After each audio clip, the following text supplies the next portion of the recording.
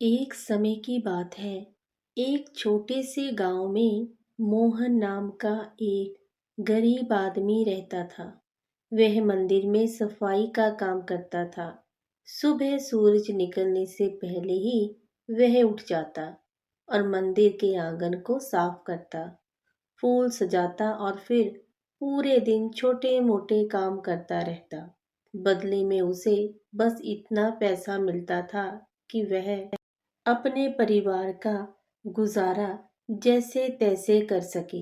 लेकिन उसकी जिंदगी में मुश्किलें कम होने का नाम ही नहीं ले रही थी। उसकी पत्नी अक्सर बीमार रहती थी और उसका छोटा बेटा कई बार भूखा ही सो जाता था। हर दिन के ये हालात देखकर मोहन के दिल में भगवान के लिए शिकायत बढ़ती जा रही थी। मोहन रोज मंदिर में खड़े होकर भगवान से कहता, हे प्रभु, मैं रोज आपकी सेवा करता हूँ, फिर भी मेरे हालात ऐसे क्यों हैं? आप तो बस यहाँ शांति से खड़े रहते हो। आपको ना भूख लगती है, ना दर्द होता है, लेकिन मैं हर दिन टूट रहा हूँ। धीरे धीरे उसकी शिकायत गुस्से में बदलने लगी।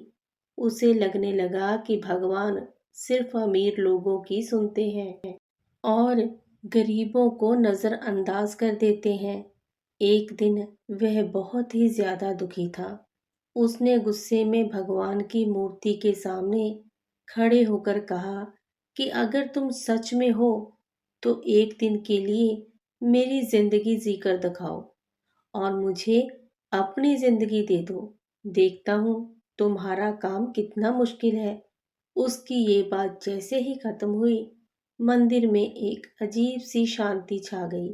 हवा रुक सी गई और अचानक उसे ऐसा महसूस हुआ जैसे कोई आवाज उसे बुला रही हो। आवाज बहुत ही शांत थी, लेकिन गूंज रही थी, मोहन, तुम सच में मेरी जिंदगी जीना चाहते हो? मोहन थोड़ा सा डर गया, लेकिन उसका गुस्सा अभी भी जिंदा था। उसने कहा, हाँ, मैं देखना चाहता हूँ कि तुम्हारा काम कितना कठिन है। आवाज बोली, ठीक है, लेकिन एक शर्त है, तुम पूरे दिन किसी भी घटना में हस्तक्षेप नहीं करोगे। तुम सिर्फ देखोगे, लेकिन कुछ बदलने की कोशिश नहीं करोगे। मोहन ने बिना सोचे समझे हामी भर दी। अगले ही पल सब कुछ बदल गया। मोहन खुद को मूर्ति की जगह खड़ा पा रहा था, लेकिन वह सिर्फ एक मूर्ति नहीं था। उसे हर इंसान की जिंदगी दिखाई दे रही थी। गांव के हर घर में क्या हो रहा है, कौन दुखी है और कौन खुश, कौन सच बोल रहा है और कौन झूठ। उसे सब कुछ साफ साफ नजर आने लगा था। शुरुआत में उसे ये सब बहुत अजीब लग रहा था, लेकिन फिर उसे लगा कि अब उसके पास ताकत है। अब वह सब कुछ ठीक कर सकता है। कुछ देर बाद एक अमीर व्यापारी मंदिर में आया। उसने भगवान के सामने सर झुकाया और कहा, हे भगवान, मेरे नए कारोबार को सफल बना देना ताकि मैं और ज्यादा पैसा कमा सकूं। मोहन ने उसके दिल के अंदर झांका तो उसे पता चला कि यह आदमी बाहर से भले ही धर्मात्मा दिखता है, लेकिन अंदर से उसने कई गलत तरीकों से पैसा कमाया था।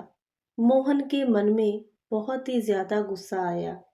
उसको और पैसे चाहिए, इसे तो सजा मिलनी चाहिए। लेकिन उसे शर्त याद आ गई और वह चुप रहा।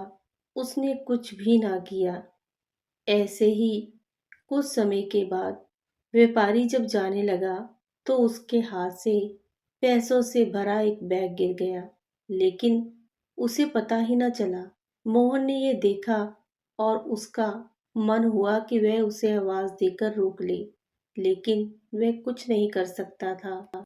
तभी कुछ समय के बाद एक बूढ़ी औरत मंदिर में आई और उसके कपड़े फटे हुए थे और चेहरे पर गहरी चिंता थी। रोते हुए भगवान से बोली, मेरे पास खाने के लिए कुछ भी नहीं है, मेरा बेटा बीमार है, अगर आज भी कुछ नहीं मिला तो हम दोनों भूखों मर जाएंगे।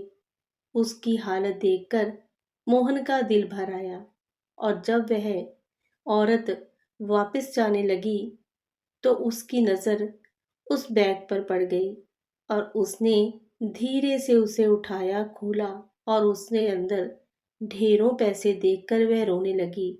उसने हाथ जोड़कर कहा, भगवान, आपने मेरी सुन ली। मैं आपको यह एहसान कभी नहीं भूलूंगी। यह देखकर मोहन ने थोड़ी राहत ली। उसने सोचा कि चलो, कम से कम ये पैसे सही जगह चले गए। लेकिन कहानी यहीं खत्म नहीं हुई। थोड़ी देर बाद एक जवान लड़का मंदिर में आया और वह बहुत घबराया हुआ था। उसने भगवान से कहा कि मैं आज शहर काम की तलाश में जा रहा हूँ। मेरी माँ अकेली है और अगर आप मुझे काम नहीं मिला तो हम भूखे मर जाएंगे। मेरी मदद करना। मोहन ने जब उसकी जिंदगी देखी तो उसे पता चला कि वह लड़के के आगे के रास्ते में एक बड़ा हादसा होने वाला है।